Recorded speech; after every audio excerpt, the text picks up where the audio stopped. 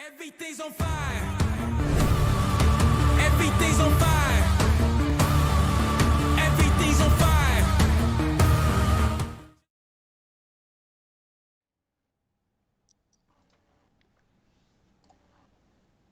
Welcome back to the Dynasty HeatSeekers podcast and stream. I'm your host, Rick Butts, and we got a special episode for you guys today. We scrapped that divisional breakdown stuff. I don't think you guys were real excited about it, so we decided we're going to do a mock draft. We've got 12 drafters, a lot of guys from the RotoHeat.com team, including the guys that you see here on the screen, and we are going to mock 23 rounds with some analysis, 30 seconds per pick, so we're going to get that over quick, and then we're going to go back over some of the stuff because we're not going to be able to talk about it as fast as it's happening. But we want to give you guys what you're looking for. I know a lot of people are drafting late this year with COVID-19 out there, so we want to give you guys some information if you're drafting in this last weekend before the season starts. Obviously, we've had a lot of news this week and some really, really big news. So, Anthony, why don't you go ahead and hit us with some of that? Yeah, you might have heard Leonard Fournette got cut, and that just kind of sent shockwaves throughout the industry. I think of the backs to own in Jacksonville, I like Armstead. I know Sully is our boy Sully is pumping up Chris Thompson quite a bit. Who do you guys think is going to be the beneficiary, and then where do you guys think Fournette might ultimately end up? Rob, why don't we start with you?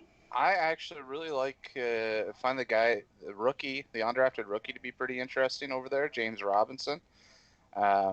Armstead came out of college, a guy who was not good after contact. Chris Thompson, we know there's the injury history. Devin Ozigbo, not really too fond of him. But James Robinson has some interesting stuff. Of course, Illinois State, he didn't play the most interesting or the best against the best teams, but hopefully he'll get a shot here at some point. We can at least see what he's got. I'm kind of avoiding that whole backfield though. As far as where Leonard Fournette will go, I think it's going to depend where there's an injury first. I don't think he's going to get signed in the next couple of weeks. He's probably going to sit there for a little while. Jason, what are your thoughts? I think I would avoid the whole backfield overall. But I like Chris Thompson as a PPR, satellite back. I think they're going to be behind, and they're going to be dumping it off to him and seeing what he can do. Devin Ozigbo, I also like to be the grinder. James Robinson also is going to get a shot, of course, but I think it's, these guys are all going to cannibalize each other, and I really just want to avoid them. Bradley, what are you thinking over there, buddy? I'm thinking if you're watching this, you should probably go watch the Outlook that we just posted for Armstead and Thompson. We explain everything. Ultimately, I don't want any of them, but if you have any of them, sell them as high as you can because the hype is real on a couple of these guys.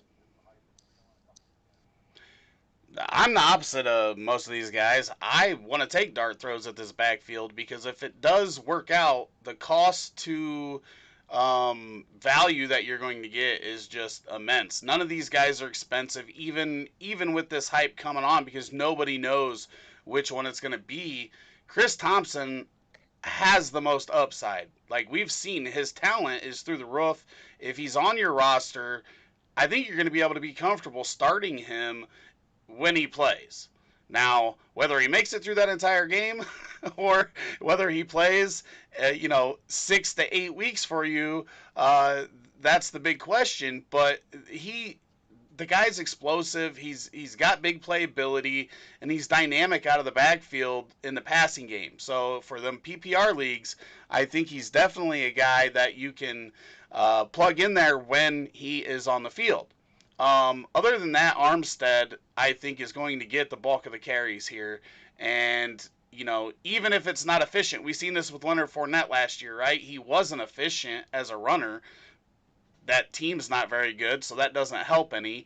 But the amount of touches he could get could make him a flex play, especially if you're playing, like, a lot of the RotoHeat leagues have, you're starting 3 wide receivers and 2 running backs, and then at least 2 flex spots. So it's a little bit deeper starting lineup. And in those leagues, those types of leagues, I think he could be very good in the flex spot. But overall, I mean, none of these guys like get me super excited, but the upside on the price is where I'm at, and I'll take those dart throws. You know, you don't scared money don't make money. Yeah, I agree there. I'm What other going to news we package got? this all together because it's kind of all related. It sounds like Mixon is going to agree to a deal. I don't know if it's official yet, but it sounds like that's going to happen. So that's good. I think we're going to see Mixon drafted maybe a little bit earlier in our mock. We'll have to see what happens here. And then there's rumors Kamara could be traded because I guess contract negotiations aren't going too well on that front. And then Dalvin Cook is kind of no one really knows exactly what's going to happen there. So I think that is just something to keep an eye on. You know, Dynasty, I don't think their values are affected too much really at all. You know, maybe they have a hiccup this year, but going forward, you know, I think it's not something to be too overly concerned about. But I don't know what you guys think about that. Why don't we go with Brad there? I'm trying to figure out how to start this. Oh, begin draft. There we go. There we go. That draft is going to start off right now. I mean, ultimately, the only one I'm super excited about and all that news is Mixon. I think that's big for him, especially because his offense is continuing to develop nicely, adding a stud quarterback and a stud receiver. So that's a piece I want. Probably not at the 1-5 spot, but what do you guys think? Jason. Yeah, I think this solidifies, you know, Mixon. A lot of people were drafting or fading him in the draft, and now he's, you know, back up there. And then you got Dalvin Cook, who like you said, Anthony, you don't know what he's gonna do. I mean, he's been there. Sorry, Jason, it's your pick. You're on the clock. Oh boy. I called on him right at that right. time. 4 seconds. I'll go with the easy pick, Michael Thomas. Yep. Good pick. Yep. Good pick. Start of the draft's pretty standard. I don't think we have to say much about any of these guys. So, sorry there, Jason. I mean, go ahead and finish that off while Brad Dalvin, picks. Like I said, you know, you don't really know what's going to happen with him. He's still waiting on, you know, the contract, and they said that the contract talks are being cut off as of now. But, yeah, I think Mixon, he's going to be solid. He's going to be awesome. I like him in that offense. It's going to be exciting. Rob. Yeah, no, I think that's a good signing for the Bengals, getting Mixon there. About $12,000 a year, or $12 million a year. I was like, damn, 12,000 is a real good deal. Yes, that's a real good deal. Yeah, hell of a deal. I think that's a good spot for him. Interestingly enough, it'll also kind of coincide now with when Burrow's contract is coming due. Sorry, Silvers, I got to interrupt you. You're on the clock. And it'll kind of intersect now because it's a 5-year contract. It's this year plus 4 more, so it'll be coming due at the same time Burrow is. And at that point, the Bengals should kind of know where their team is sitting at with all these young pieces that they've added to it. As for Kamara, that seems to be kind of a fishy situation because apparently, even though he hasn't been at practice, Alvin Kamara has been in the building the last few days. And has spoken to some media members, both him and his agent, saying they have not asked or had any discussions about a trade. So I don't think he's going to go anywhere. Yeah, I think, you know, starting off with Mixon, I think that's a great move for Cincinnati because you've got the quarterback that you just drafted, number 1. J.M. Kidder, what up, dude? Joe, come on. Just like in Warzone, leaving us hanging.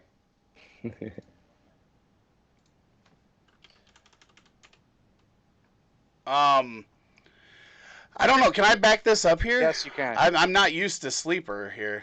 Okay, let's go. How to remove player? Remove player? There, draft again there, Joe. And then start? Should be. How do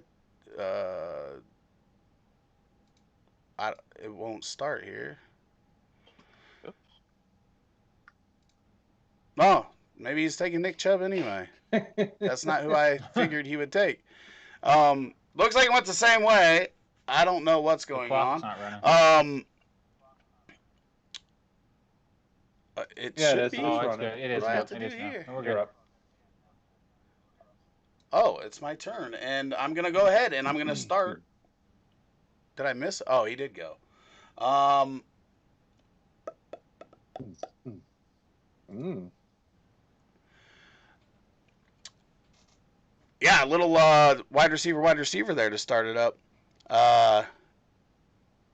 Okay, so Joe Mixon, I think it's great for Cincinnati because I think a running back, especially a really good running back, can help the development of a quarterback, right? And you don't have that big quarterback contract yet because he's on a rookie deal. So get that running back to help take some of the pressure off, lock him up, let him develop. And I'm sure I don't know if all the details have come out, but most of the running back deals have something in there where they can get out after a couple years.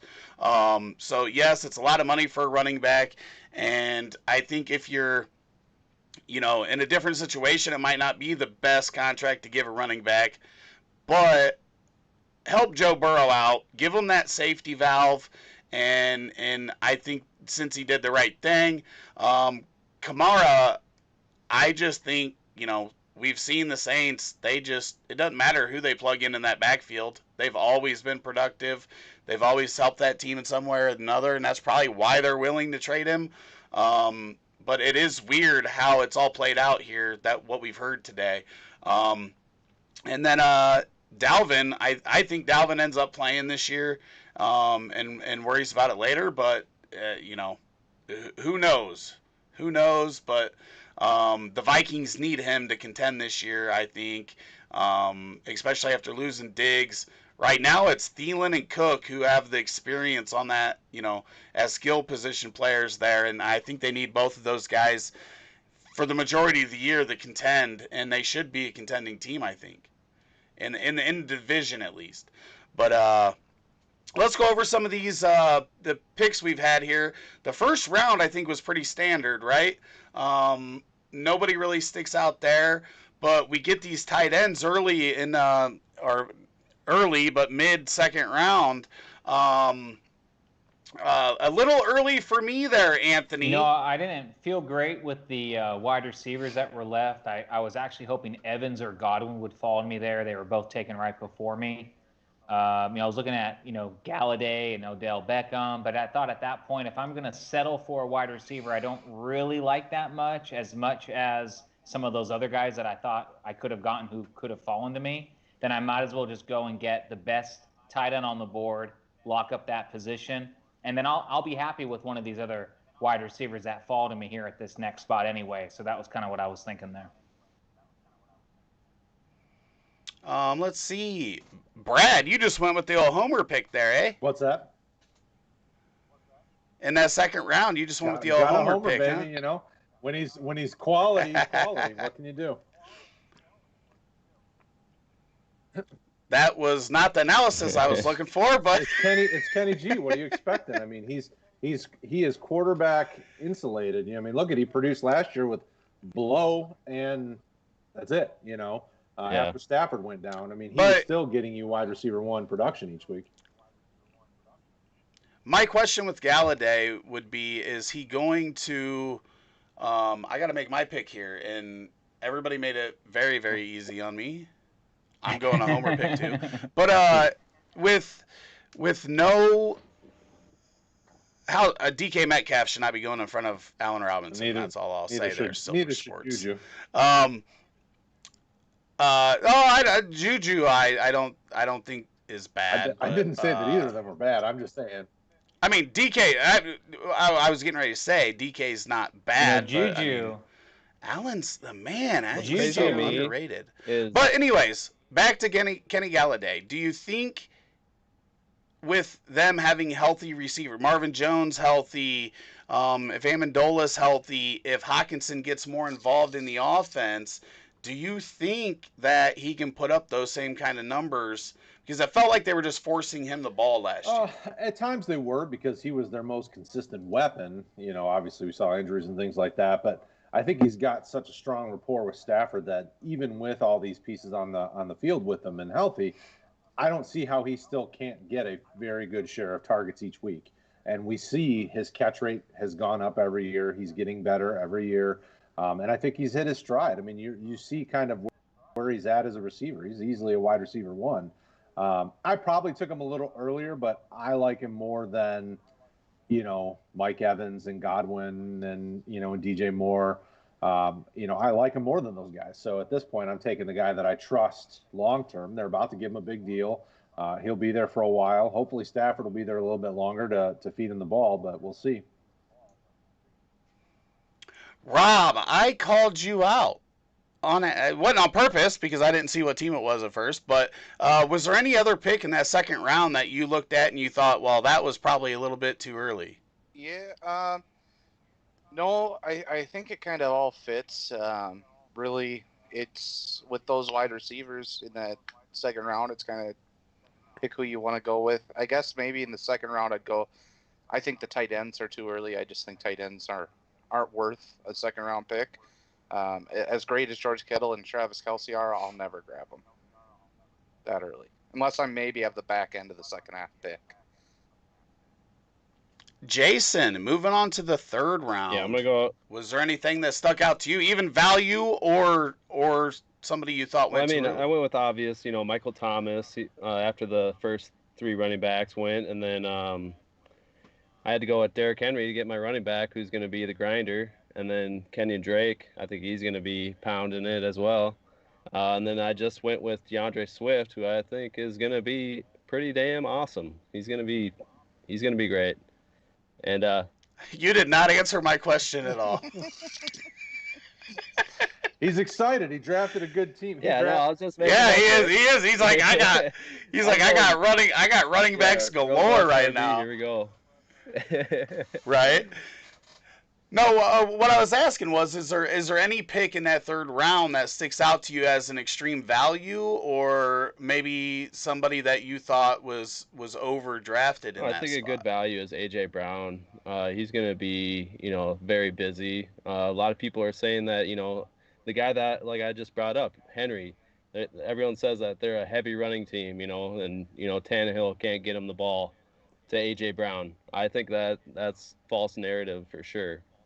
I think A.J. Brown's going to be very busy, and he could be, top 10 potential wide receiver for sure. Solid. There, you answered my question There you that go. time. I'm happy. I do want to say that I think Eric just got a decent value at running back in the fifth round with James Conner. This is a guy that I think personally could be a league winner this year. I mean, we saw him produce 2 years ago, big numbers out of that Pittsburgh backfield, and I don't think there's anybody there that's going to take a lot of touches from him this year. If he's healthy, this is a guy that could definitely win you leagues this year if you've got the right roster around him. Anthony, do you have any thoughts on James Conner there in the fifth round? I don't personally like it. I think he'll have a good season, but I just think there's some better dynasty assets this early in the draft. You can see with my team here, I'm not loving the running backs that were where they were at, and so that's why I'm going to take a running back right now that I think I would have preferred over Conner, who I think has better long-term success in the league. This guy always turns it into him somehow. I love it. It's great stuff. Unlike his team. Oh. Yeah, his team's gonna die. A horrible death. He has second running back's gonna be like probably Zach Moss. If he's fast enough to get to the sixth round. Okay. Brad, looking at the fifth round, was there anything that stuck out to you in that round? Oh, what? Why didn't you guys remind me? I'm busy here. How do I fix that? Man. In the Move fifth player. round. I don't want Dak. You guys know.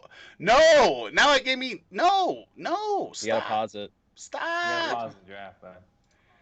How do I pause? Pause. You know me. I'm not taking Melvin Gordon in the 5th round. There's no way in heck.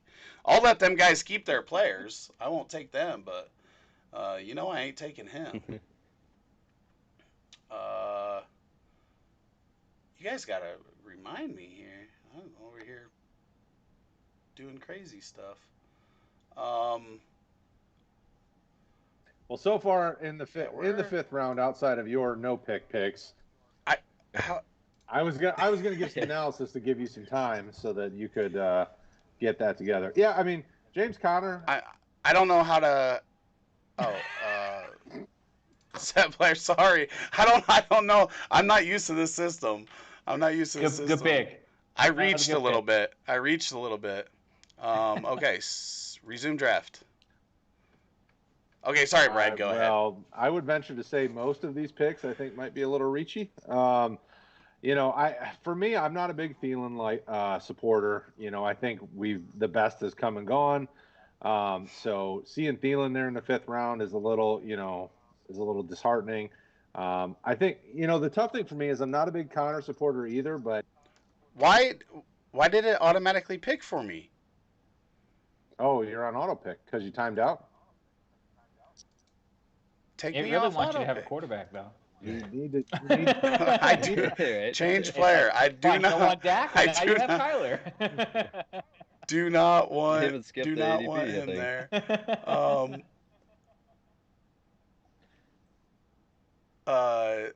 Well, yeah. I'm just going right back there. Why am I on auto pick? Take me off auto pick. Who's on the clock? Oh, Rob. Okay.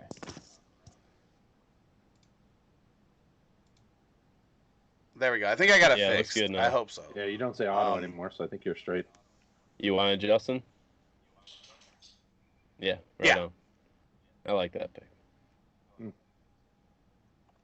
I like Kareem. I had him and Rager literally right next to nice. each other in my rookie ranking. So they were back to back, and I feel like if I'm going to take Rager there, even though it might be a slight reach, then Jefferson has basically the same value to me. But I'm pretty wide receiver heavy. I like it. Sorry, I interrupted you there. Are we back to me in the 5th round again? Yeah, I mean, I think. Well, I meant to ask you about the 4th round Well, because we skipped that round. I think 4th round for a tight end was good value. Yeah, I think that's about the spot where I'd be starting to think about tight end. So Mark Andrews there was solid. I'm a homer, but DeAndre Swift there, like I struggle with it because, man, I don't know. Like I feel like Detroit is getting to the point where they're going to try to emulate New England so much that they're cannibalizing their own running backs. You're hearing talk that they're still in love with Carrion and that they still want to give him a big share of carries, and it's just like, don't do it. DeAndre Swift's a better running back. Give him the ball. But I think the 4th round had a lot of good value picks. I mean, I liked getting Cam Akers in the 4th round.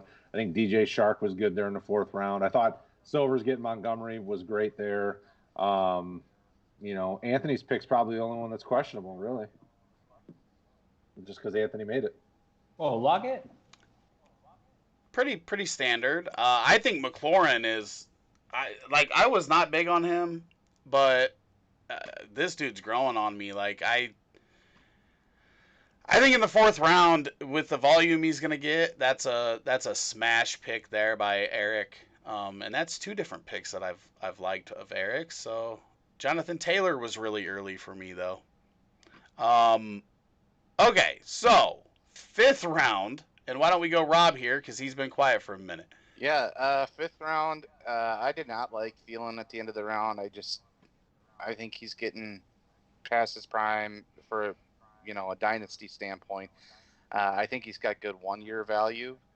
But when you're trying to build out a dynasty team, I don't want to take him that early. Maybe I'm missing out on some value for that 1 year, but I think long term I'm doing better. Other than that, I pretty much like the way that round went. I think everyone was pretty solid there, and starting to see some of those rookie wide receivers start to drop a little bit.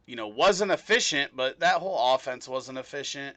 And, you know, he's not the only player that wanted out of Jacksonville. I believe Yannick took what, a $5 million cut to get out. Yeah, I think so. Brad, That's right. Brad, you're the IDP guy, man. You're supposed to I think have the it's about $4 million. answers. Craig was on the news But I last mean, night. people have been wanting out of Jacksonville for like 3 years now, and it's hard to believe that they almost went to the Super Bowl. They almost went to the Super Bowl. Alan, major feedback somewhere. Major feedback. Holy shit. That was interesting. Rick, you're on the Yeah. clock. Well, so I guess my question back is Fournette going to get anywhere near the amount of touches anywhere that he goes?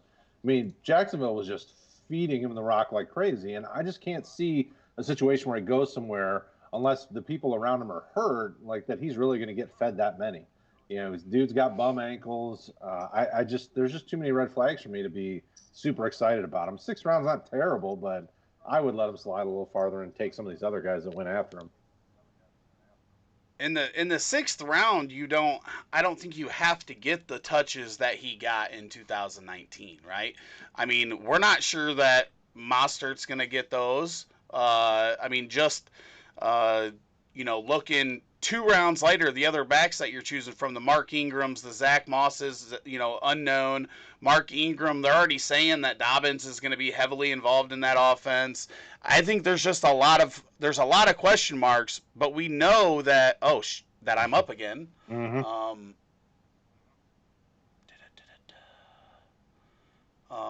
That's why I'm on all those. You know what? We're going quarterback here. 10th round, we'll go with the old Burrow train. But we know what he can do if he does get touches, and if he goes to Chicago and gets David Montgomery type touches, I think he could have more value than he had last year with the Jags. I mean, it's not a perfect pick, right? But after that, like the running backs that you have to choose from, none of them are perfect. The Devin Singletaries, Melvin Gordons, we just don't know what we're getting with any of those guys after that. I think that's a good pick by Anthony. Thank you, sir. Cohen. I got to get my running backs, and so that's what happens when you start your team with a bunch of receivers. But yeah, no, I'm happy to get Cohen there in the 10th round. Okay, let's move on. We didn't even get to the 7th round yet, right? Rob, what do you think about that 7th round? Let's see, 7th round. I think we see a little run on tight ends. I feel like it's a pretty good spot for him. I thought Hawkinson over Fant was interesting. I'm more of a Fant guy because I think Hawkinson's going to block more, but they're right next to each other, so that kind of makes sense. Overall, it appears to be pretty status quo the way it should be. Minus the homer pick of AJ Green by our Ohio boy. And Rick, I think I'm on auto pick. I don't know if I can fix that. Can I change? I don't know if I can change teams. Can you? If you right click here, Silver Sports. Yeah. It looks like Kelly is too. Who? J.R. Kelly. What? I don't know how to change other teams.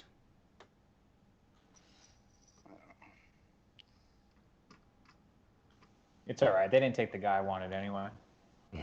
I just had a little dog issue here, so.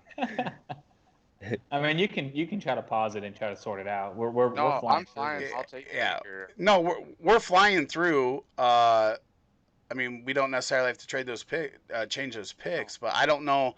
I'm just not familiar with Sleeper, but this looks a lot better than MFL does. So yeah, for the stream purposes, this was great. So while I'm looking for this, I just asked somebody a question about a round. I think Anthony, I was asking you about the 8th round. Was there anything that stuck out to you there? I think Moss is very early for an 8th round pick. I don't dislike him, but there's still a lot of question marks there. So that's something that stands out to me. Mostert too. I'm a Niner fan, but I just think it's too early to take a running back that's 28 years old. He may fall out of favor, with Shanahan, and I think that is too early of an investment for a running back that has a lot of red flags around him. Pass it on to somebody else, would you? Sure. Brad, do you have any thoughts about how good my team looks or not? Oh my gosh. Okay. There we go. If you want an honest opinion, we should probably just move on. Yeah, that's. How about we talk I have about the 9th round? I don't think I have a Lions player on my team. Maybe that's why. Well, that How do I- certainly wouldn't hurt in my eyes. In the 9th round, I think there were some interesting picks. You started to see, guys. I was really surprised that tight end wise, like Austin Hooper fell to me in the 10th round. I'm really surprised how a tight end 1 fell that far. So it's interesting to see, Darren Waller is still really nice, and Hayden Hurst is a big question mark. We just put a video out on him, but so 2 tight ends that go before a guy who's a proven tight end 1, I thought was interesting. I thought my pick of Keyshawn Vaughn was kind of weird because I'm not really a huge Keyshawn Vaughn fan, but I was like at the 9-5, I was willing to take the chance on him. I love the Alexander Madison there at 9-3 because if anything does happen, you've got a basic RB1 at the 9th round. So, but I think at this point, guys are starting to do some of what Ricky mentioned earlier, the dart throws, looking to try to find some sneaky value. I thought your pick of Antonio Gibson was clever because I think he has you can build the case that he could easily get to some really nice starting production this year because Adrian Peterson is bound to fall off and they don't have a lot going on there unless you like Bryce Love if he bounces back and things like that. So I thought there were some really interesting picks in round 9. Jason, what do you think about the 10th round, seeing as that's done with? Brad, you are up. I timed out. No, I turned off auto Okay, pick. I am up. Can you Yep. pick or tell me and then I can set it? I turned off auto pick. Yep. All right, go ahead. Ooh. Did you do that or did the computer do that? Ooh. Oh, I took it. I like her. Ooh. I'm hoping he leaves Carolina.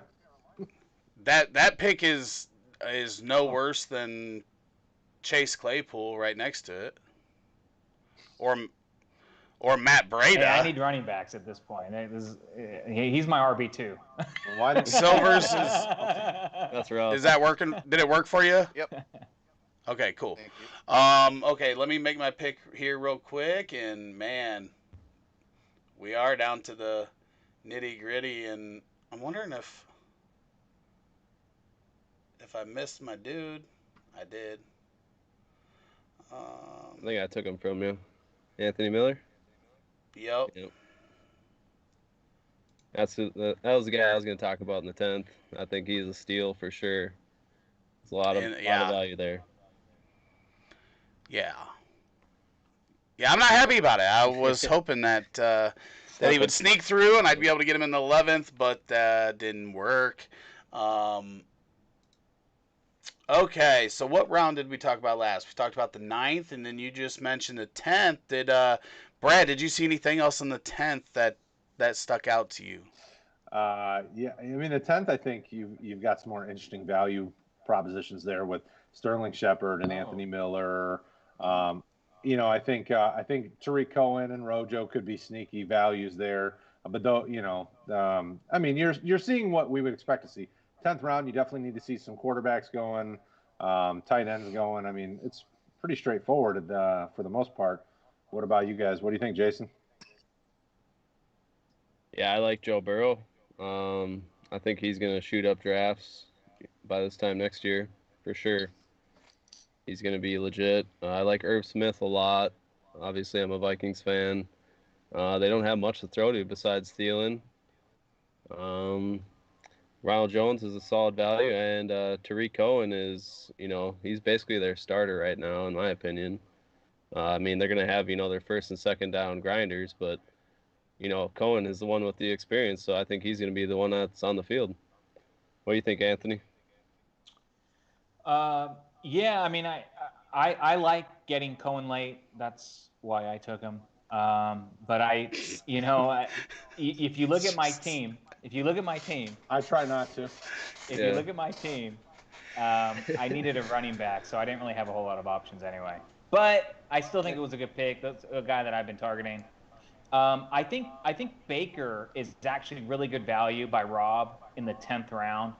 Last year he was getting drafted like where Kyler Murray was getting drafted, and so he's taken a big dip down, and so I think that's a good pick, a lot of upside there, and I think with the talent he has around him, I mean, he has a pretty safe floor, so I think that's a very good pick by Rob.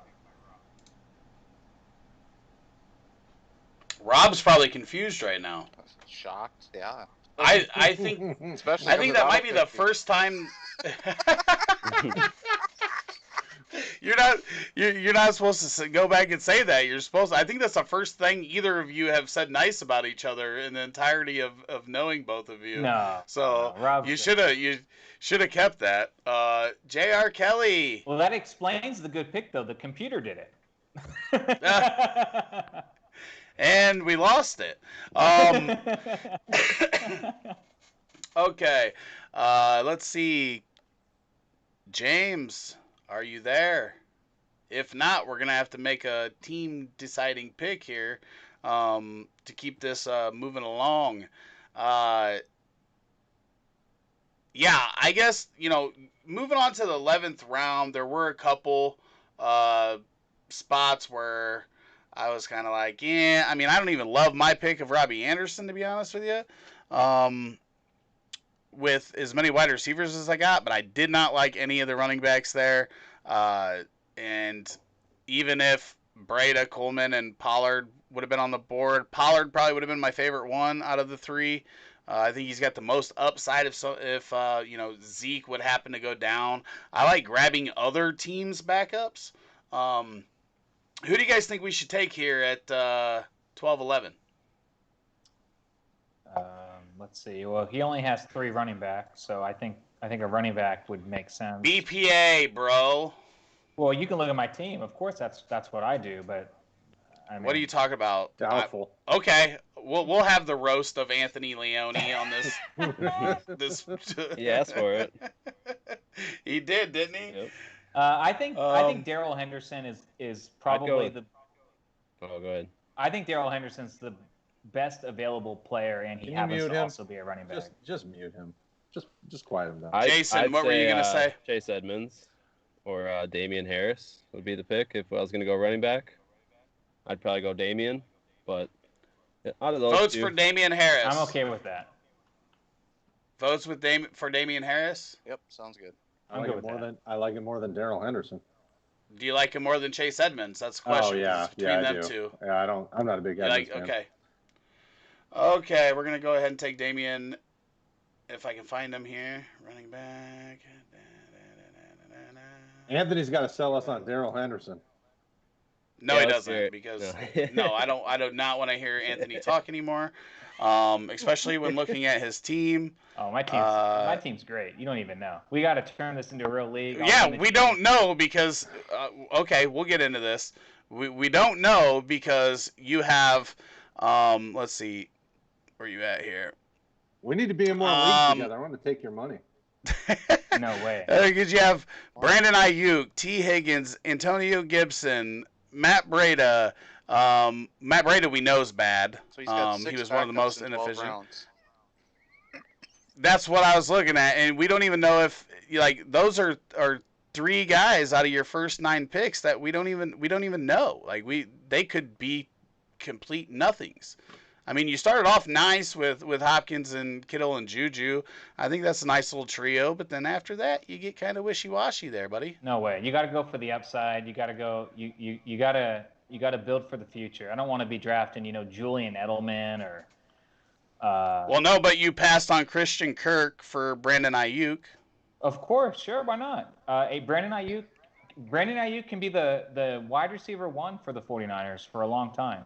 Christian Kirk, if they were that confident in Christian Kirk, they wouldn't have brought in DeAndre Hopkins, who was Okay, also on so are we taking Chase Edmonds on this wraparound because James has let us down? Oh, he already went. Let's give him Darrell Henderson. Oh, he He did. picked Darrell Henderson. He picked.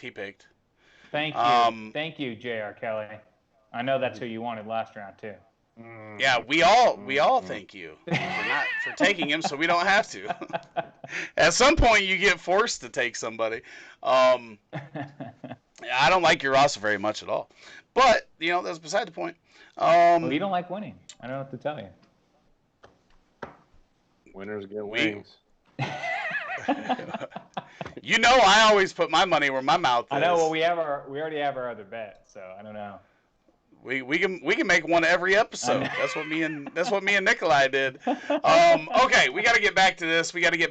So I was mentioning that round. I want to know, like, is Chase Claypool really? I haven't had any recent drafts myself. All of our drafts and rookie drafts happened earlier in the off season. Is Chase Claypool really moving up this far? Because back springtime, right after the draft, this was a guy that you could get in third rounds of rookie drafts, and now he's sneaking into the top 12 rounds here in a startup. Is that where he's going? Have you guys seen him going in that spot? Yeah, I like him. I think that's why I picked him. He's getting a lot of hype in camp. He's he had an awesome combine, and I think he's the real deal. People were saying that he's going to be a tight end. I think that was hogwash for sure.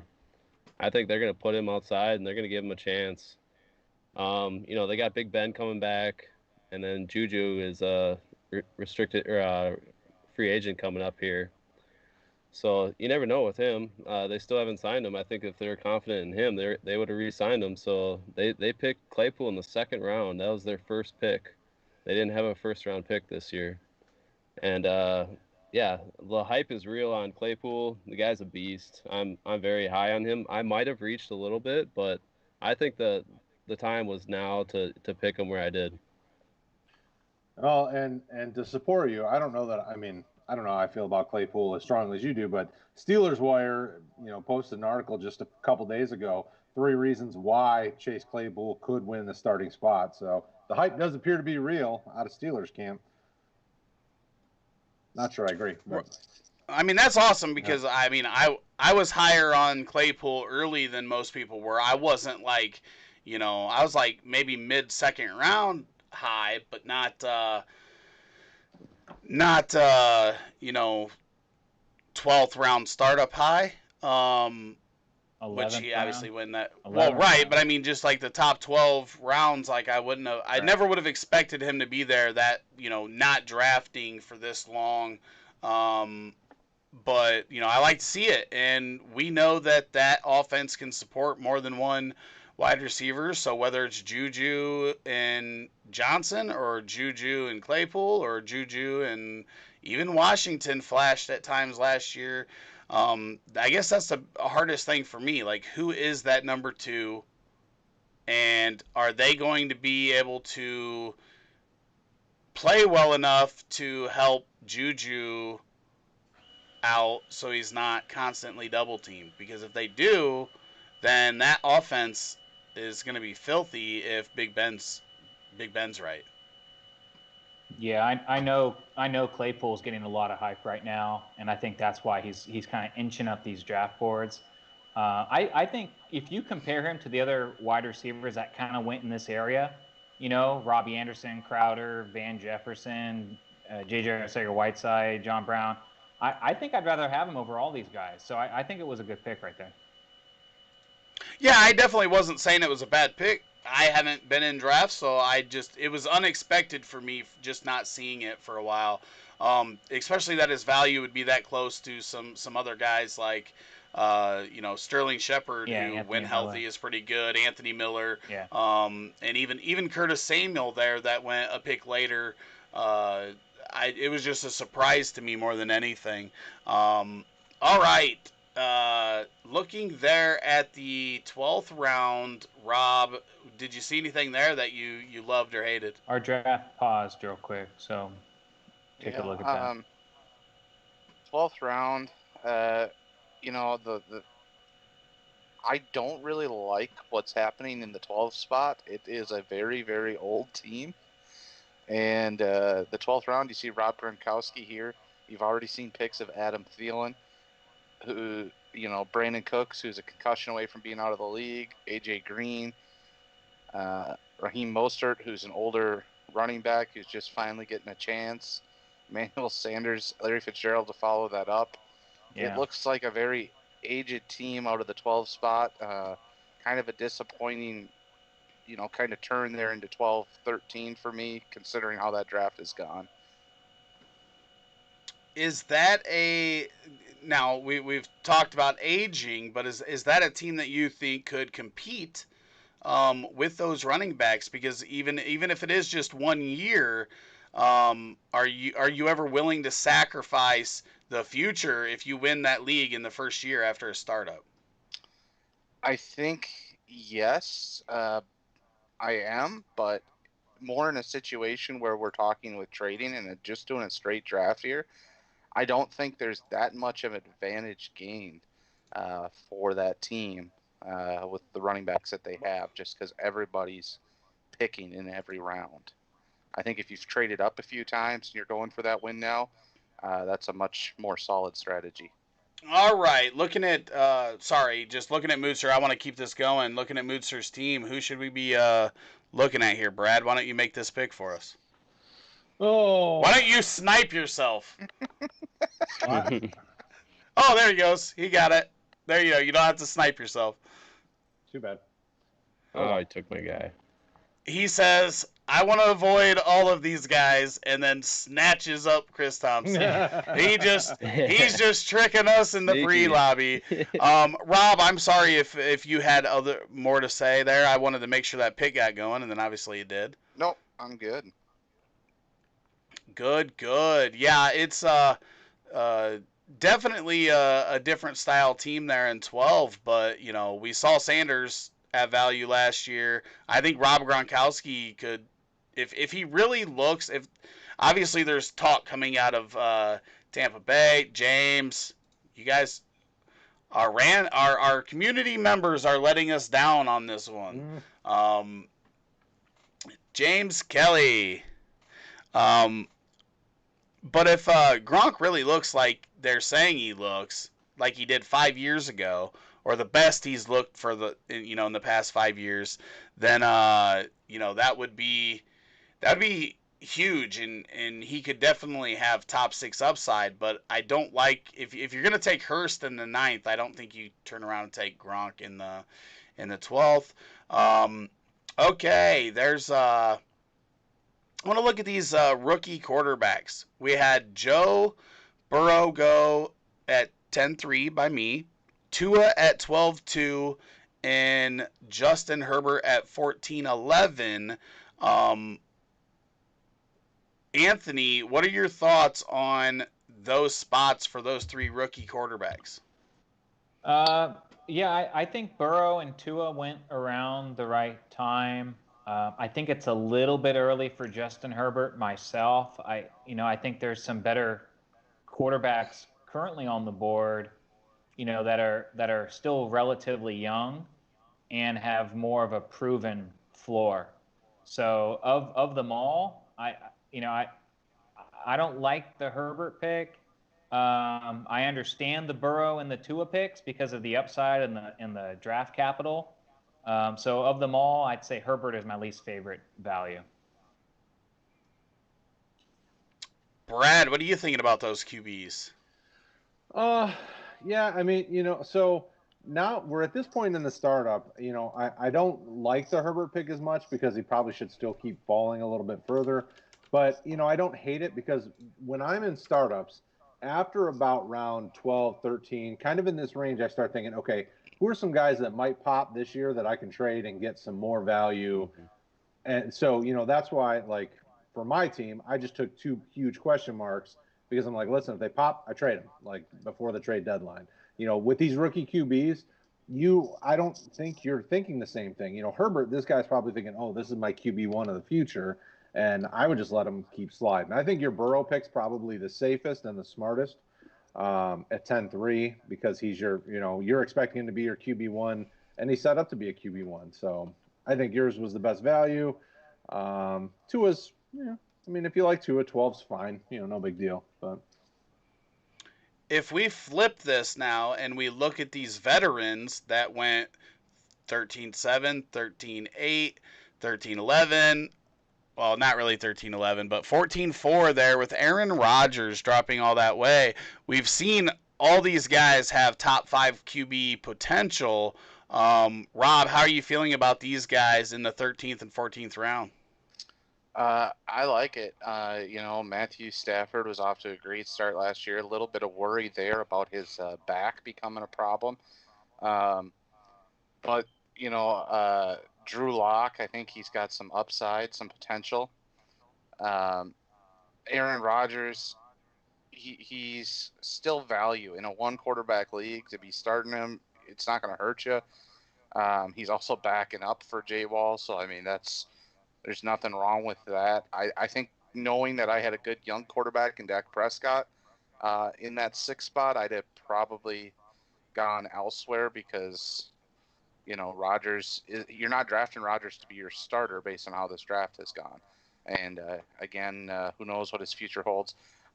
Jared Goff is a guy that I took that I also like a lot. He last year got snake bitten.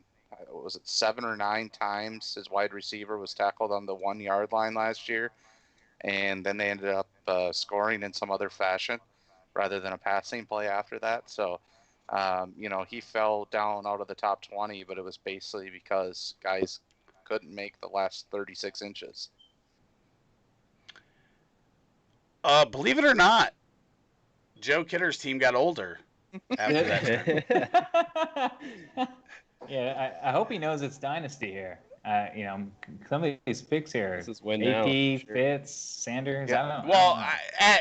at some point, I think you have to go with it, right? Like, if you find yourself in the 9th round and you're like, damn, my team's old, like I gotta win now, or else I'm rebuilding and don't get any of that paid for. you're up, Rick. Yeah, you got to commit to the craft for sure.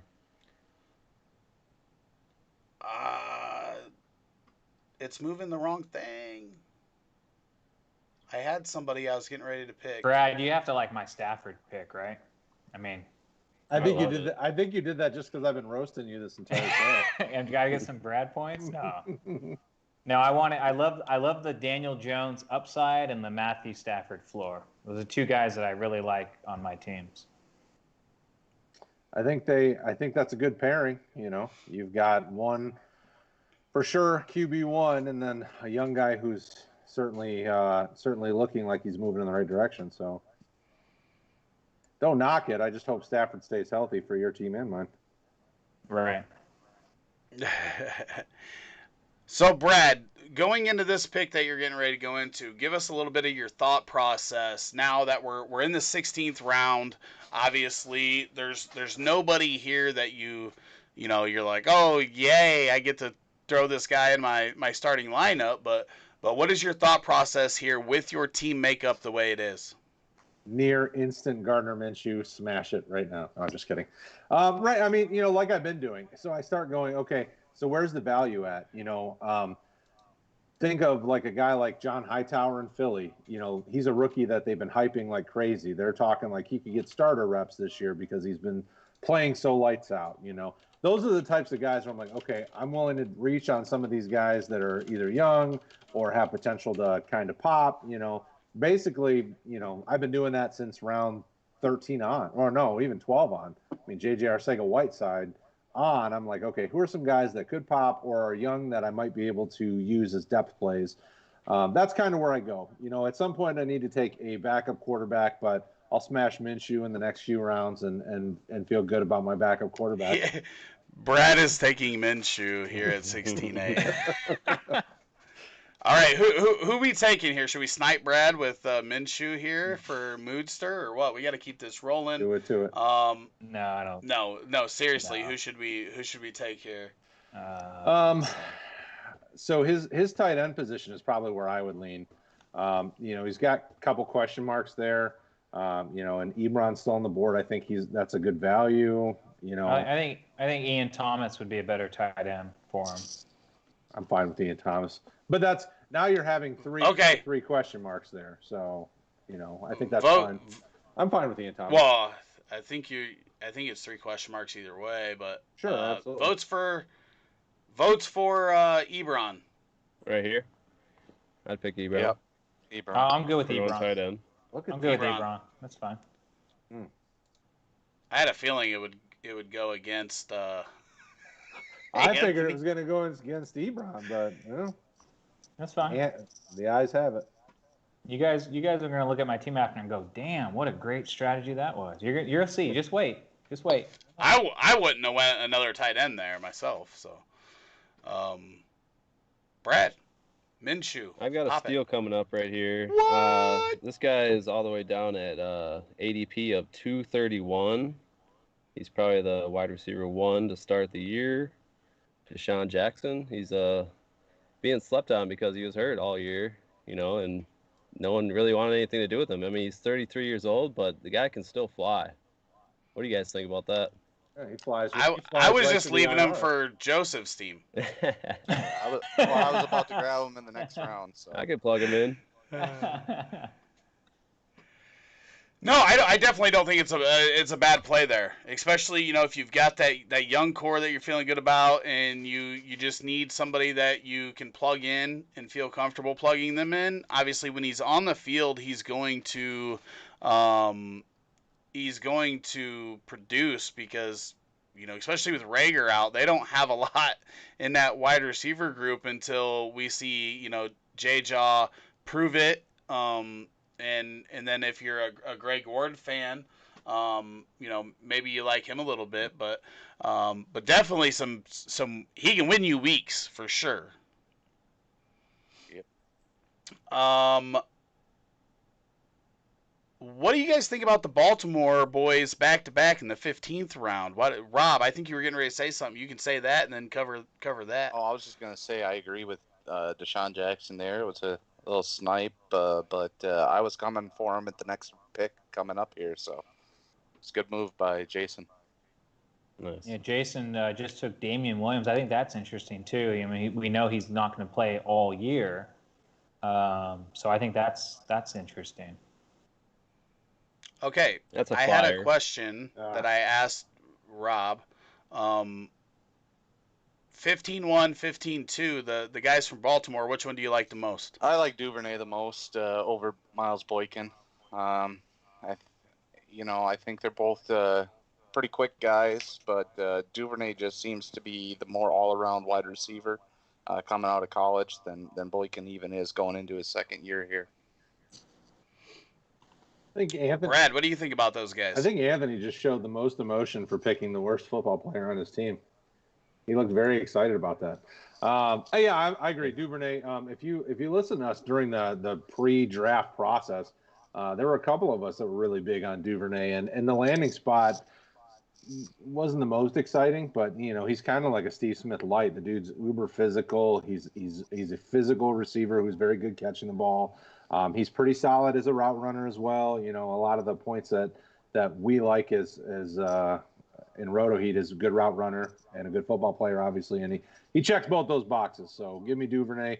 Boykin, I like his size. I mean, Lamar Jackson needs guys that can, with a big wingspan, because he's not the most accurate guy. Boykin has potential, but I would go Duvernay over Boykin. Oh, ding, ding, ding, ding, ding. And you got 18 seconds.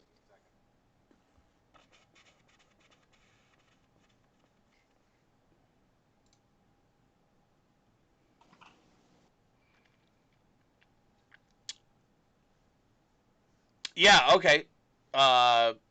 You could have passed that on to somebody while I was picking. Boykin and Duvernay. For me, I think it's definitely a toss-up. I know they really like Duvernay, but, all the talk about Boykin has been good.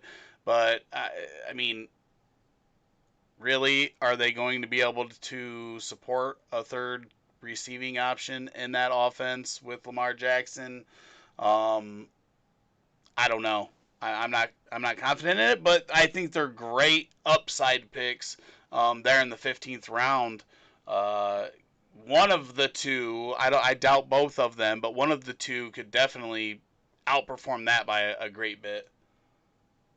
Yeah, I Keeps agree. popping up the change pick stuff. In the 18th round, and who do we have on the? We have Moodster up here, and then Brad, and then Jason. So Jason, right now, what are you thinking? Who are you like hoping gets picked so you don't have to pick them? You have a guy like that? Because I think at this part of the draft, like I see guys that I'm like, man, I probably have to take this guy, but I really don't want to. So I hope somebody else does. One of those guys would be Njoku for sure. I mean, I was looking at him. The situation isn't great for him, but he's still 24 years old. He's got a great profile. He's very athletic. I think next year he's going to be on a different team, and he's going to get an opportunity for sure. And he's, like I said, he's still young, so why not? But I don't know. I'm just hesitant to pick him, honestly. I'd rather go for a guy that New England picked is Asiasi. I like him a lot more than probably Njoku. Hopefully he falls to me. Is kind of what I'm hoping for right now. I also like Albert O.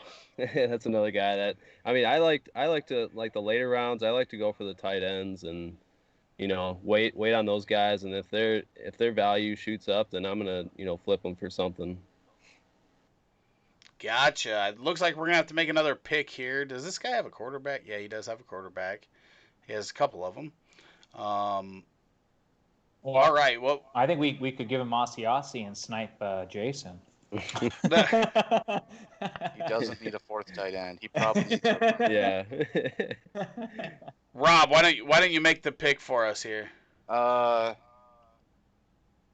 right. Well, that's tough. Not a whole lot of great running backs left, but let's give him Jerick McKinnon coming off the injuries. If he can hold up, obviously with his injuries, they haven't cut him to this point, and that must mean they still like him in San Francisco. And he can be explosive if he's healthy. And you're looking at upside here, and that's just an upside running back. And Bradley, you can just go and kick sticks.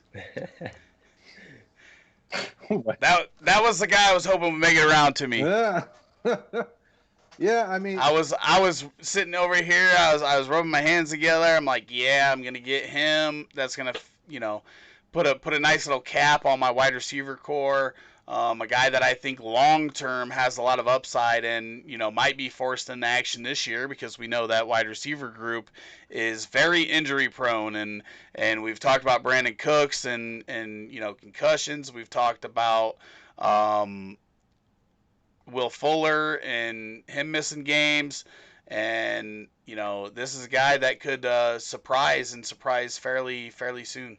yeah, I mean, both the receivers I'm going to take this round or last, Coulter, and then my next receiver that I'm going to take are both guys that are teams filled with injury-riddled receivers that could become sneaky plays.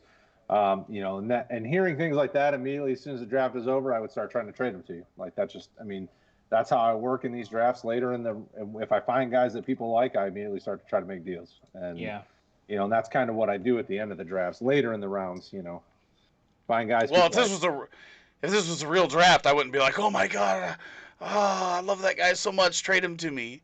I would have.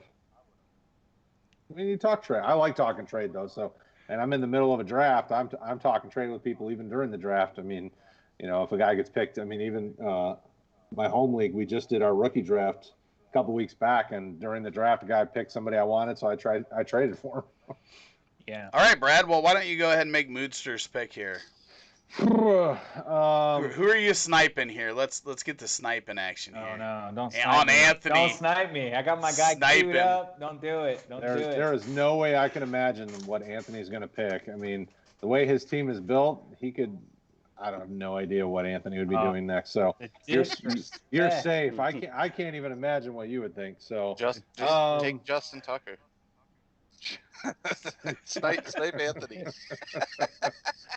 Yeah, I mean, looking up Moodster's roster, I mean, running back continues to look like the need, but there's just no running backs. I mean, at this point, you're taking a guy like an Ito Smith, hoping that a backup gets some playing time because Gurley's got some rough knees, or man, that's Did you or out of that Ezekiel list here. you picked Ito Smith? well, I'd say Gus Edwards if we're Well, talking Zeke- running back. Ezekiel here as a No, I upside would. guy. I think the best available running back is Jamal Williams on Green Bay. He's second to Aaron Jones currently. Aaron Jones probably won't be with the team next year. He could play second fiddle to AJ Dillon next year. His contract's Jamal up. Williams is a free agent. Maybe he signs in a different favorable spot. I think Jamal Williams is the best available running back. We like could show that. we could show some love to Rob and have him pick James Robinson from How about Royce Jacksonville. Freeman? I mean, he slept on. I mean, they brought in Gordon, but he has potential. I still think. I just think the situation was horrible for him. Do you guys agree with that at all? I'm not feeling strong about anything. Philip Lindsay ran wild on that team. Like I said, it's don't situation. think a bad situation Excuse me. really fixes it for Freeman. I wasn't high on him when he came out. You remember when the argument was Freeman or Kerryon Johnson? And Yeah. even though Kerryon Johnson has fallen back, like he's still way ahead. Yeah, we need to make a pick. Well, we don't need to argue over all he these, does have so- Mark Ingram. We could go with like a Gus Edwards semi-handcuff for him. I mean, that's if you guys don't like. You and your handcuffs. I mean, Terrible. Well, I mean, I don't waste have of a handcuffs on my spot. team, but I'm just saying, like, slim Yeah. pickings here. Yeah, I'm not. I mean, running back still appears to be the need. I mean, I know we took Jarek McKinnon last round for him, and if Jarek McKinnon pops, it's great, but running back's still the need. So I'm okay with whoever. I understand. I There we like go. Jamal Williams. I think he's the best player on the board for a running back.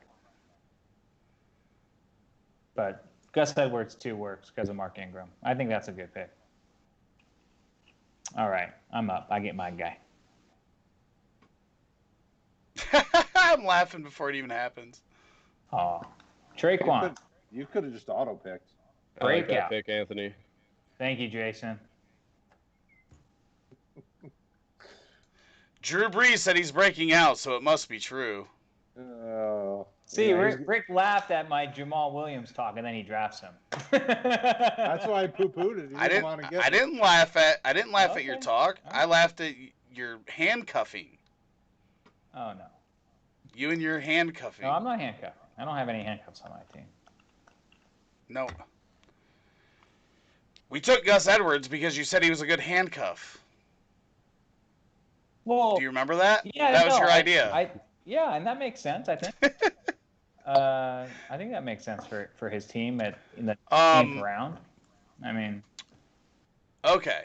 We're moving on. I think Ezekiel is a good pick there in the 19th. That would have been a good pick for Moodster too. Okay.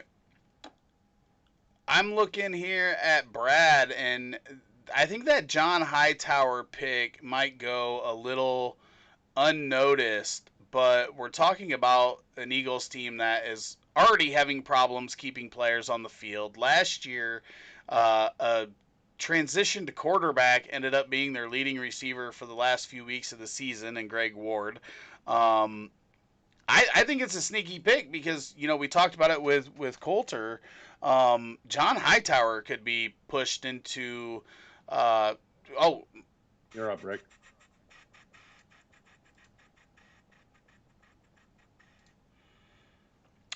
pushed into action much earlier than we would have thought just, even a couple weeks ago. So I think that's a good pick there in the 19th round, Brett.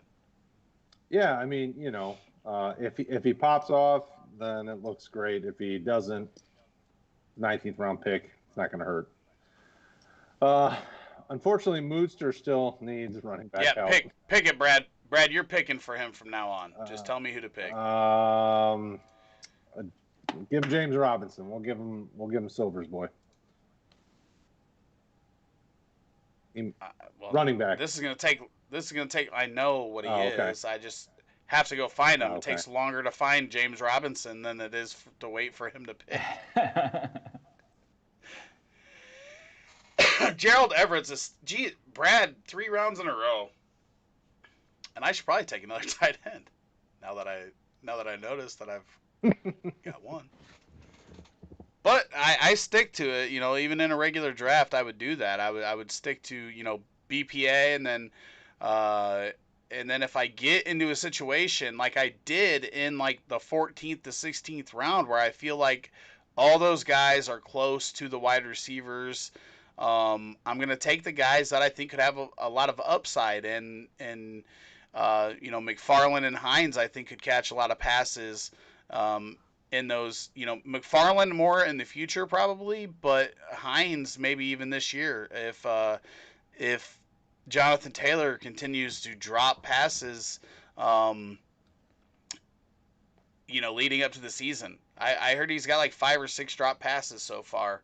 Not very good when you weren't particularly known for your hands, but we were all sitting here hoping, I hope that it was just a lack of usage and not a lack of hands. And right now it's leaning towards a lack of hands, which could put Taylor into that Chubb and Jacobs, pigeonhole where they don't catch a lot of balls. I don't know if he's going to be a good enough runner to do what Derrick Henry does and be a top 6 back without catching 35 passes. Mm-hmm. Jason, how you doing, buddy? Good. I just picked my guy, Royce Freeman, who has no potential. Well,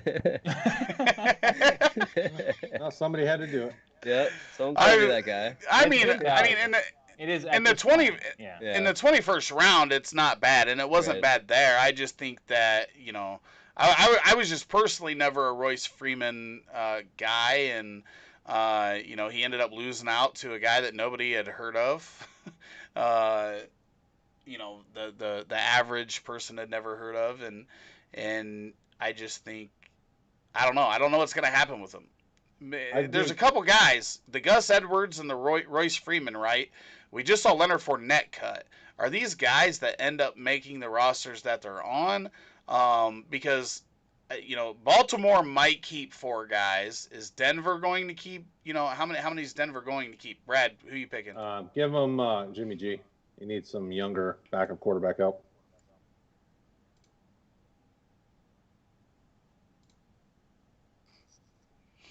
I'm going to snipe you, Rick.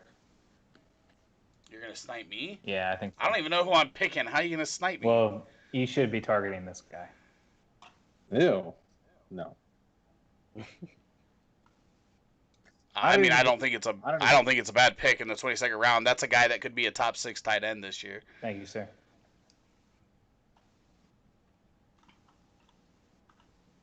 Doyle could definitely be a top 6 tight end. And the other guy that could have taken targets from him is hurt. Big surprise there with I don't know why I'm looking at those because I don't need those. Maybe I need to look at one of these.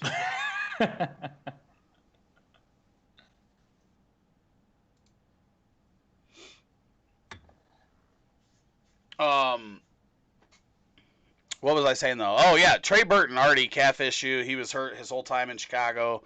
A guy that if he's healthy was going to take targets from Jack Doyle, but I at this point I just don't think Burton's ever going to be on the field. So I think when Jack Doyle's on the field, he could definitely average you top 6 numbers. We know that Phillip Rivers loves the tight end, going all the way back to youngish Antonio Gates, all the way through 80-year-old Antonio Gates, and then into Hunter Henry's beginning of his career. So there's a reason why we hyped up a lot of guys. All the in-betweeners in what was the one guy's name in between Gates and Henry that everybody was like, this is the next, Antonio Gates. But Virgil Green? Virgil Green. Yeah. Yep, Virgil Green. Everybody wanted some Virgil Green. And Ladarius. Anyways, my point is Phillip Rivers likes the tight end, and I think that Jack Doyle could definitely be in play there. Another guy. We're looking at a Dolphins team that has nobody to throw to. So Jakeem Grant just might have some weekly value that could turn into some longer term.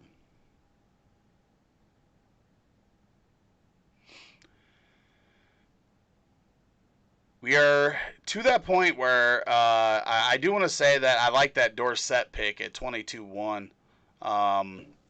Actually, both those picks are not bad with the Eagles situation, Greg Ward and Philip Dorsett. All the reports out of Seattle are glowing on Philip Dorsett. I liked him when he was with the Colts. Then obviously they traded him for Brissett, right? That was the deal. Brad, you're kind of a pseudo Colts fan, right? Yeah, I like all football teams. That was the deal, though, right? It was Philip Dorsett in the deal that got the Colts. Yeah. Brissett. What's your pick? Give him ESB.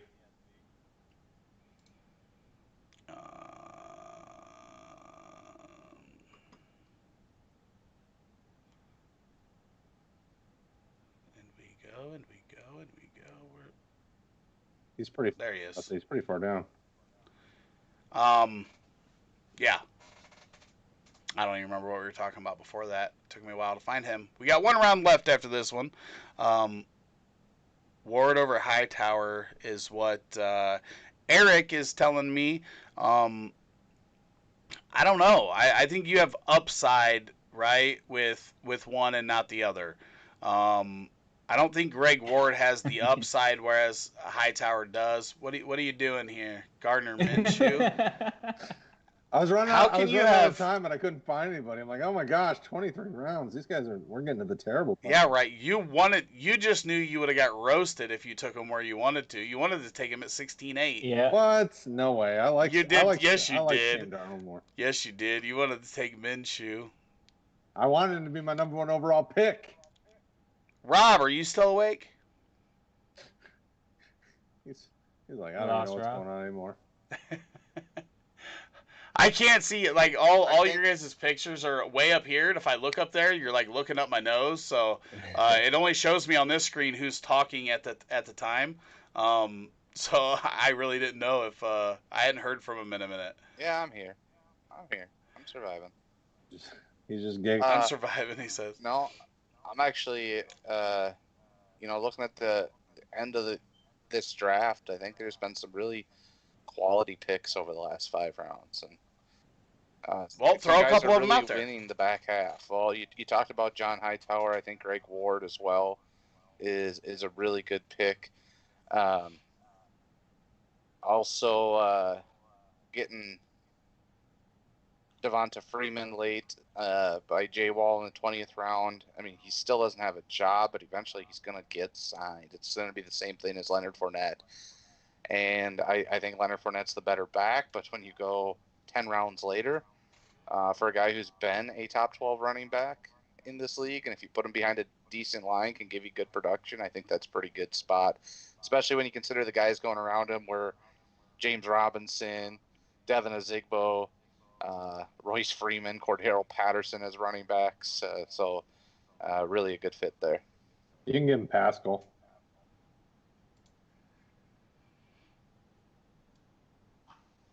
I agree with everything that you said there, by the way. Anthony, you look like you have a thought. No, I'm good. I'm happy to get my last guy here. He fell to me. I was kind of targeting him in the last round the whole way through. So he fell to me. I think everybody in this area has fallen. Well, I'm looking for Pascal. Brad's just going down the list. He's like, I can't let him take anybody I want. Yeah, got to get him in that free agency right after the draft.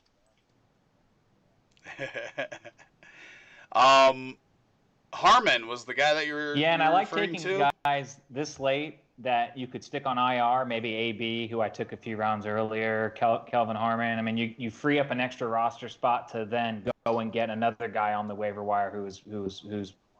How are you putting AB on the IR? A lot of He leagues should not be allowed on the check IR. your settings. A lot of leagues allow suspended players on IR. That's bogus. terrible. Yeah, it shouldn't be allowed. Don't do it. Yeah. Don't do it if you're running a league. Yep. Don't do it.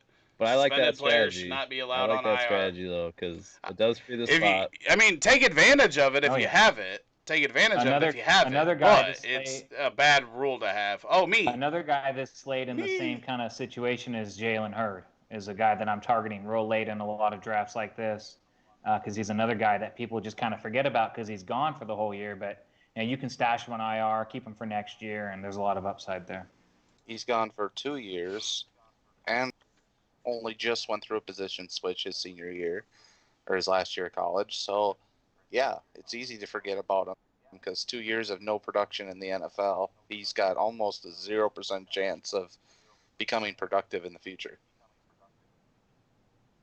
Who are we talking about here? Because I was making Jalen my Hurd. pick. Oh, Jalen Hurd.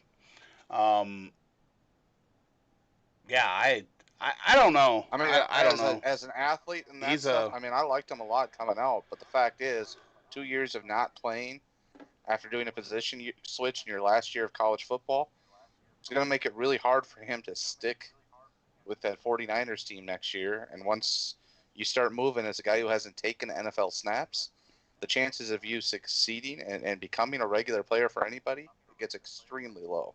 Yeah, of course. Well, we're 300 picks in here, so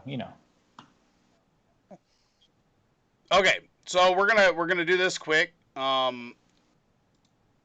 Each person pick one team that's not your own, Anthony, because I know that's So I have to exactly put where it this- would go. I gotta want put this zero. away. I can't. Zero. Oh, congratulations! I got like 100 of those. I just don't need a trophy. No mention of your own team, Anthony. But which roster outside of your own do you like the most in this mock draft? Let me take a second to look because I haven't considered. I've only looked at my own. So bear with me. I will come back with a team, but give me. Yeah, Brad, please. you ready? Mm. I'm Just ready. everybody know I'm coming got to you my at some team. I like point. Jason's team Yeah. a lot. Rob. The Michael Thomas pick, the best wide receiver in football. And then he hit on 3 running backs who I feel pretty good about. Derrick Henry. Obviously we know in a PPR he's not going to score as many points as other guys, but he's a beast.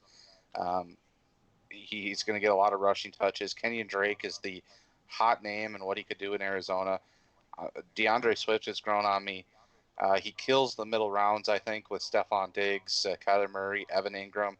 High upside picks then in Laviska Shenault, McCole Hardman, Anthony Miller, Chase Claypool. Builds a little for the future with Dylan and Evans. Gets some 5 solid tight ends at the back end with upside. Overall, tight ends probably, 6 total tight ends is a little crazy, but really, really solid team and 2 pretty solid quarterbacks for a 1 QB league. So with Kyler and Kirk, so that's a pretty solid roster, I feel like. Jason, he picked you. Are you going to pick him? Yeah, I do like his team for sure. I was just looking it over as he was hyping my team up. I'm gonna go ahead and give him the same thing back. I mean, Get a room. yeah, right. Here we go. Yeah.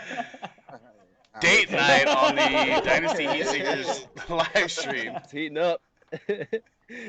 Yeah, so Mixon just signed the contract, and then you got Evans, who's solid. Metcalf, I thought was a little too high, but this is Dynasty, so we're in it for the long run. He's got a ton of potential, and then David Montgomery, he's hurt right now, but I love him as a player and a grinder. I think once he comes back, he's going to be awesome. Tyler Boyd, underrated, like you say, Rick. He's one of the most underrated wide receivers in the game. I'm super high on Henry Ruggs. Very, very solid rookie, I think. They don't really have much to throw to. Tyrell Williams just went down on IR. So I think the sky's the limit for him. Christian Kirk, he's dealt with injuries, but I think Kyler's going to work him in, and they're going to get him involved like they always do. They love to pass. Zach Moss, I'm not very high on, but, a lot of other people are, and they think he's going to be the real deal. I don't know if he can take Singletary's job, but we'll see what happens with him. And then, yeah, I mean, I like all the other stuff that he did as well. Jared Goff, Justin Jackson, got a lot of potential. Darwin is a sleeper in my opinion. Caden Smith as well. Evan Engram can't stay healthy for the most part, so we'll see what happens with that. I really like what he did. I will say, just on my own team, if there's one area I'm lacking, I wish I had gone back and hit running back again earlier in the draft in the top 7 rounds. I think that's definitely my weak point on that team. But 3 potential top 12 quarterbacks is pretty solid for trade bait to get a running back back. Won't be for me. Well, for one, I don't have running backs. But 2, I wouldn't give them to you for a quarterback. Anthony. Packages, man, packages. Rick, I do like your team a lot. But I think my favorite team is Craig's, who picked right next to you.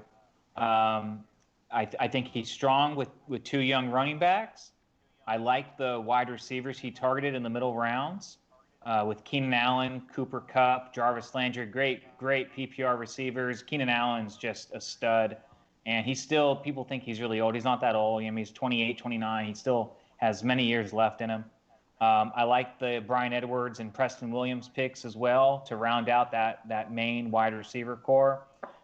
David Johnson, older obviously, but I still think he has enough in the tank to especially propel him this season to potentially win the league championship here in our draft.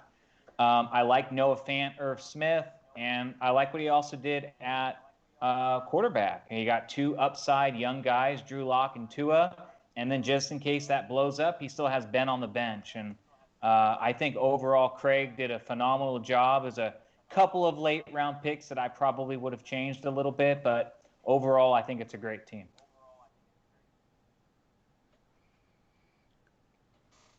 You done? Yes, sir.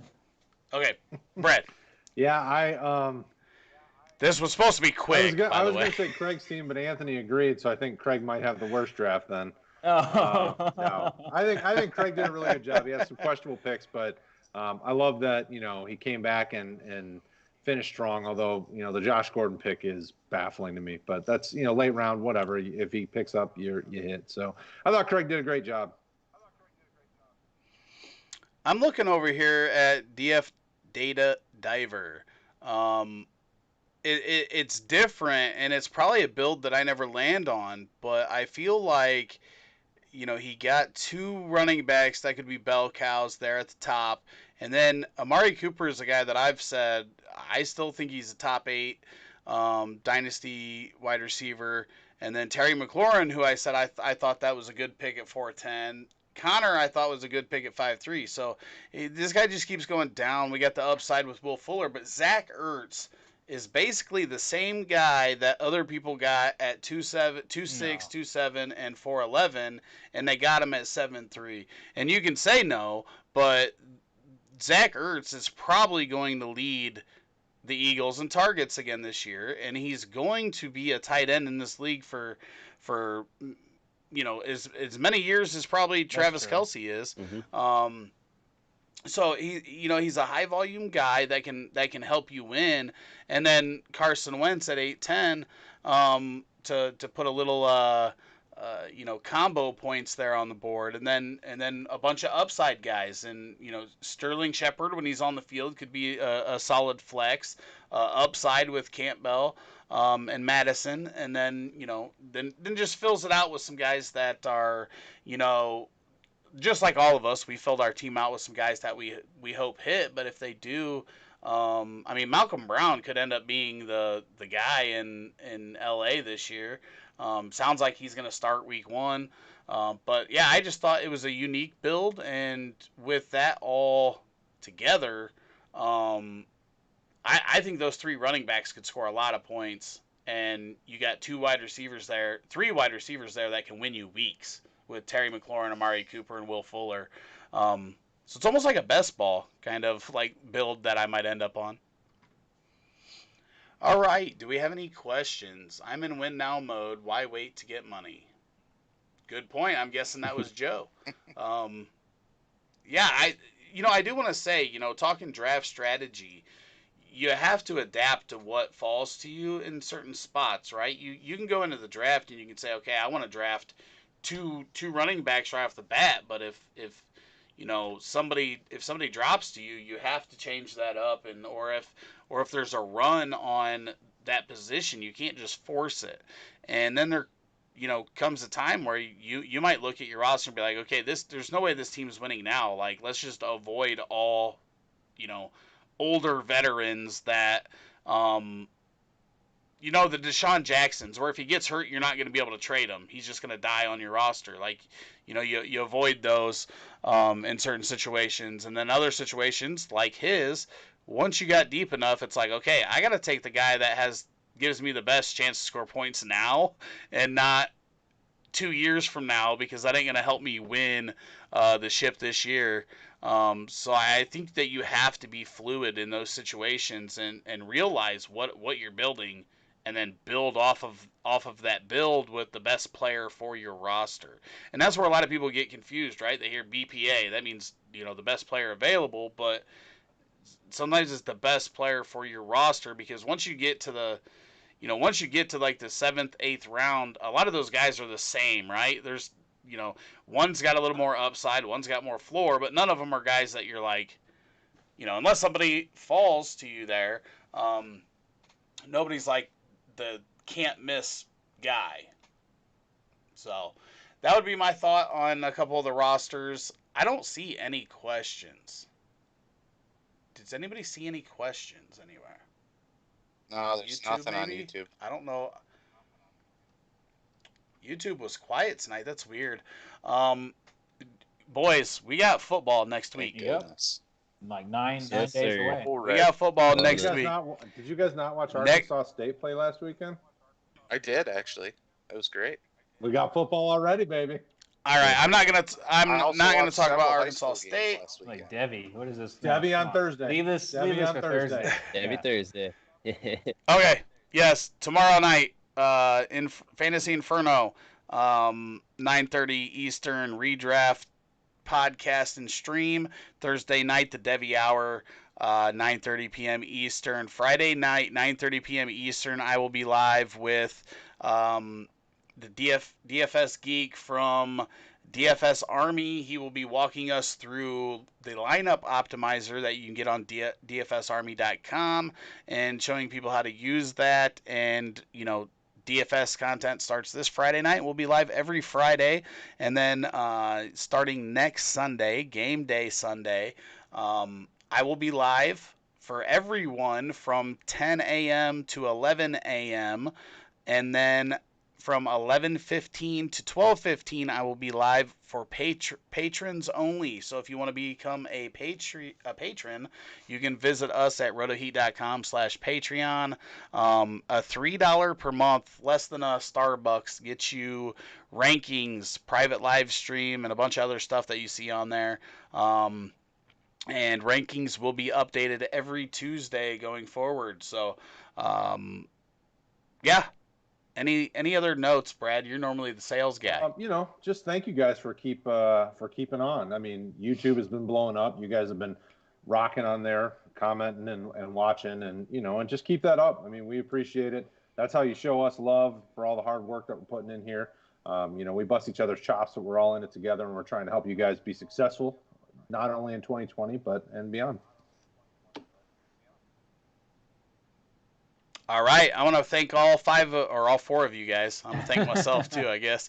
All four of you guys for joining tonight. I want to thank everybody that drafted with us tonight, especially if you finished the draft yourself. Calling out Moodster there.